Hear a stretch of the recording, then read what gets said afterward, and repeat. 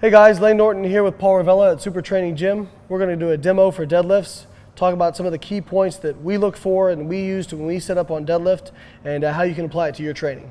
So I think for deadlift, there's a few main points that are most important. The first one is we want to keep as straight a bar path as possible, all right? And deadlift, there's a huge portion of the lift that goes into setup. Most people miss lifts not because of something they actually did during the lift, but because of their setup. They got themselves in the wrong position. And I'll see a lot of guys, they'll say, well, my lockout's not very good. And you go back and look at the video and it's, well, your lockout's not good because you're in the wrong position when you start the movement. So let's talk about what a good starting position is on a conventional deadlift. Your center here is your midfoot. So you want the bar over your midfoot in a conventional deadlift and in a sumo deadlift. Now, if I am going to keep a straight bar path, the other thing I want to think about is also keeping the bar as close to me as I can, because the closer the bar is to me, the less force there is on my pivot point, my lower back here, okay? If I can take a small weight, like a 2.5 pound weight, and I can hold it out here and I can hold it for however long I want, but if I take that same weight and put it on the end of a 30-foot theoretical weightless pole, it's the same weight, but the force is greater because the moment arm is longer. So every inch you go away from your body, that bar separates from your body, you're getting a disproportionate more amount of force. So we want to keep this bar as close as we can to our body. So when we're setting up, in general, in terms of this conventional deadlift, you're going to want to set up around where you do a vertical leap at. So if I just told you take a standing vertical leap, where would your feet set up? That's going to get you close to a position where you would start your deadlift. Now, some people like to go a little bit wider, some people like to go a little bit narrower. Within that certain range is fine, but that's going to get you kind of started. And your hands, you want to keep your hands as close as you possibly can to your legs. So the second point I really want to cover is proper starting position. We're talking about bar path, that sort of thing. But starting position is crucial, and it's going to be the same for everybody. But depending on how your levers are, will depend on what it looks like for you. So our starting position for a deadlift is going to be scapula over the bar, which is where our arms connect to our body, and our shins perpendicular to the ground, okay? So that means that that's going to look like this for me. Right there. And a lot of people, we see this all the time. Yeah. One of the big mistakes we see is what? People trying to squat a deadlift. Exactly. People over dipping their hips, yeah. Okay? You see this all the time, a cue of get your hips lower, get your hips lower. Yeah. You cannot pull this bar through your shins, okay? This bar cannot go through your shins. And so if I over dip my hips, my scapula are now behind the bar. My first movement when I start to apply force to the ground it's going to be forward. Is going to be here.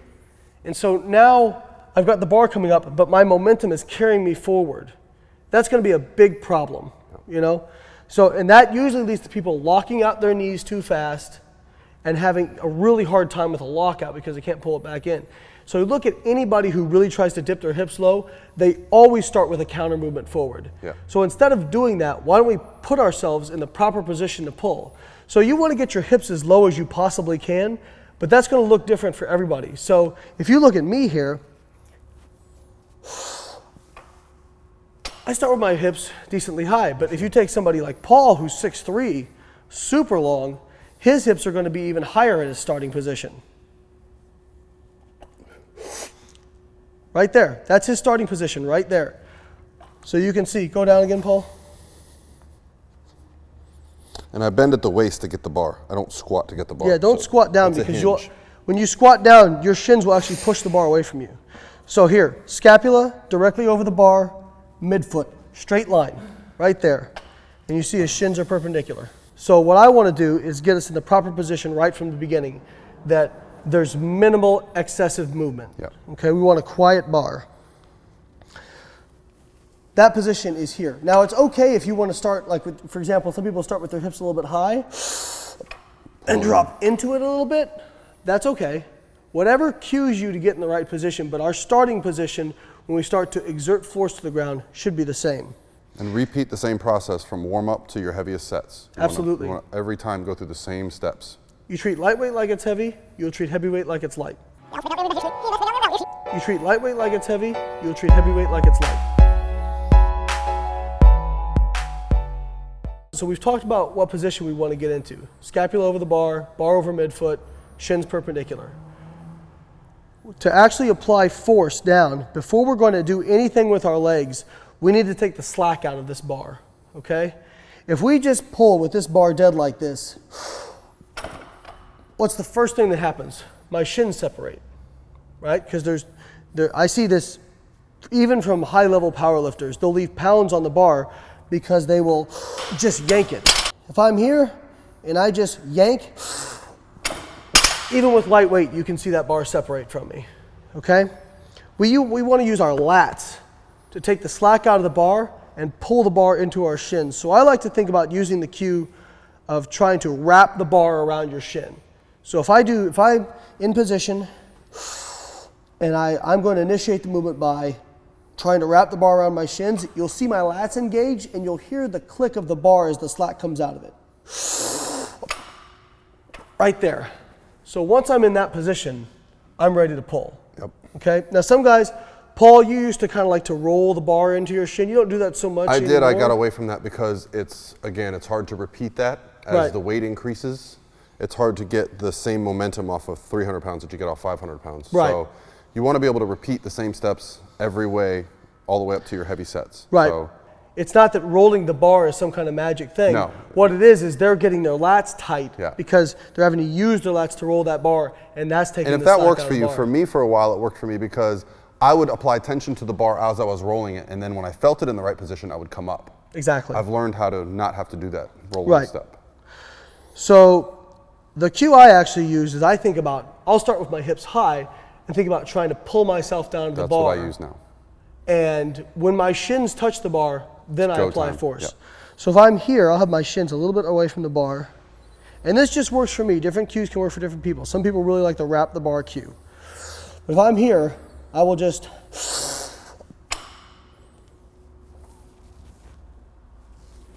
so you saw I tighten my lats to pull myself down to the bar, and then as soon as my shins made contact with the bar, I come up.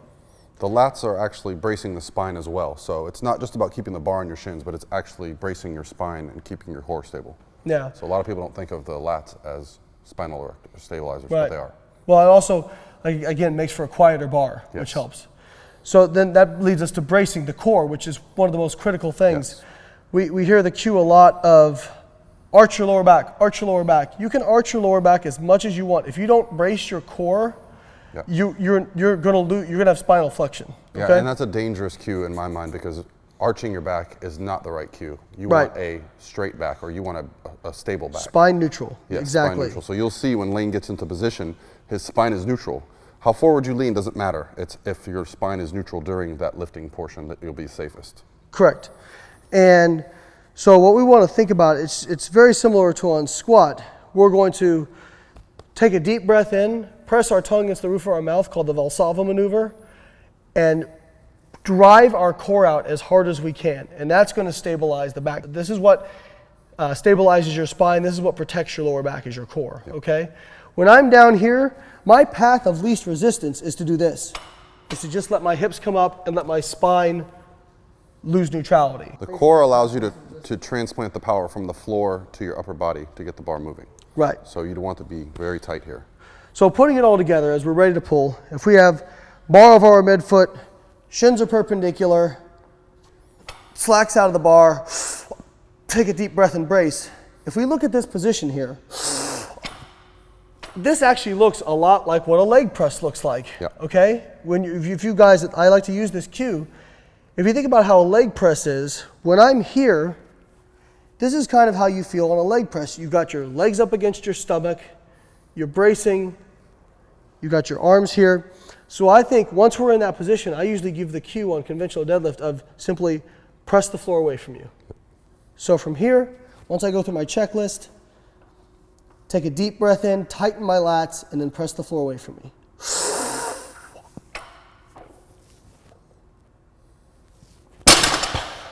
And that's it. That's it. You want a demo for your style real quick, Paul? When you get into the proper setup position, it really simplifies the movement and it makes it much safer. So when I get into position here, I'm a little bit longer than Layne in this lift, but I think we both have a very efficient movement.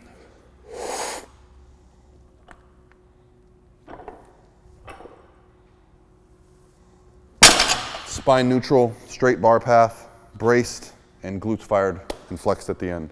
We see a lot of people rush the bar off the ground too. Yeah. They're trying to make this really fast off the ground and they'll lock their knees too early. Yeah. Be patient. You know, if it takes a minute to come off, if it takes a second to come off the ground, that's okay. If you stay in position, you'll finish the lift. There's a difference between being energetic and excited for the lift and then rushing the process. Yeah. You know, I see a lot of people at meets, you know, they'll come backstage and they'll want to run up and grab the bar like that. That's great if you can apply that in a safe and efficient manner. Right. But if you're less efficient because of the speed that you're going, then you need to slow down. Exactly. And it will transfer into progress and safeness. Yep. And if you can train safely, you can train more effectively and more often. So let's cover a sumo deadlift real quick. Okay. I pull sumo personally. I'm actually about as strong on conventional. I've pulled 700 conventional. I pulled 711 sumo. I choose to pull sumo because I can handle more training volume. I have quite a bit of forward lean when I squat. So something that where I can keep a little bit more upright back angle is beneficial to me. So if I can pull about the same both ways, I'm going to do what I feel more comfortable with. On sumo, I think one of the most important points is people don't really know where to put their legs. How wide should they go? On conventional, it's a more intuitive. You want your feet kind of directly under you because you can apply the most force that way. Sumo is a shorter range of motion, but because your feet are out away from you, you have less power to apply with. So there's a give and take here. As far as width, again, I think shins perpendicular to the floor. So that applies from the side angle as well as the front. When I get into position, he's got a straight my shins line are now straight. Whereas if I was a very narrow sumo, you're gonna lose energy transfer here because you have that angle. Same thing here, okay? So we wanna, again, some people will find that they do a little bit better with a little more width and a little bit narrower. This is just a good idea for a starting point. You can do micro changes as necessary. Exactly. This is help you find your starting point. And then from the side, when I get in the starting position, my shins are going to be perpendicular, my scapula over the bar. This is my starting position. I still have quite a bit of forward lean even on sumo, but this is my starting position. I cannot, if I go back, I'm either going to fall backwards or I'm going to do a counter movement to come forward to start the movement. It's very similar to conventional. I'm going to brace, take a deep breath in, brace, pull the slack out of the bar, and the only different thing I do is instead of thinking about pushing down, I think about trying to spread the floor. So here's what it's going to look like.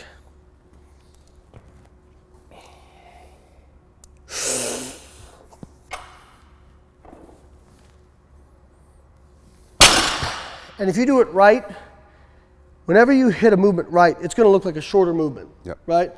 We see a lot of people when they, especially with sumo, sumo is a slow pull from the floor. Sumo, as you come up, you get, every inch you come up, you get in a better and better position to pull. So as you break the floor, your sumo speed should increase, okay? What I see a lot of is people who break the floor quickly and then miss at their knees, and I'll show you what that looks like.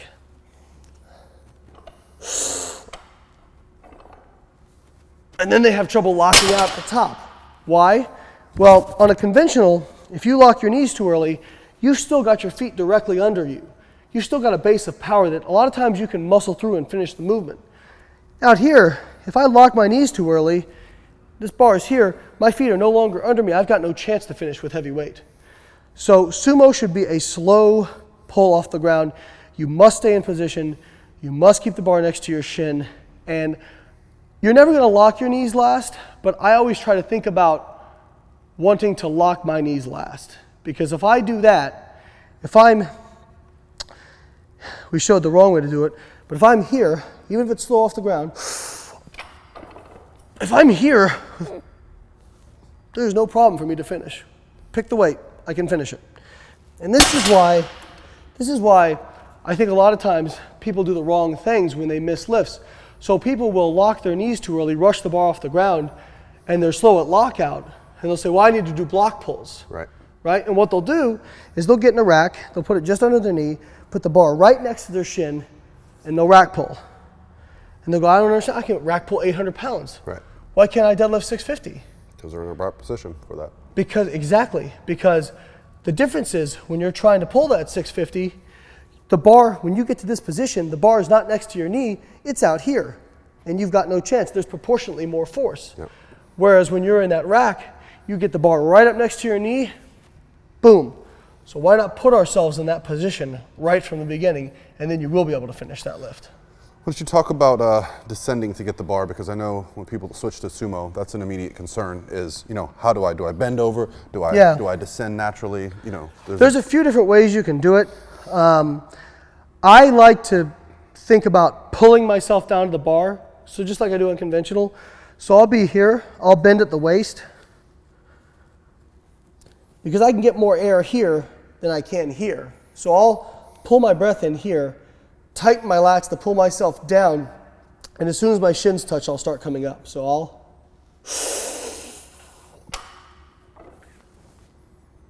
just like that. Now some people, they'll do a real big Valsalvo where they're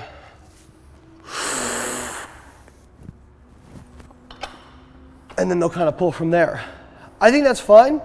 I think you have to really practice that. I know our friends Ben and Ryan, they like getting in position, taking their air, and just getting down until they feel the bar, and then they just pull. Yeah. So they'll do it like this.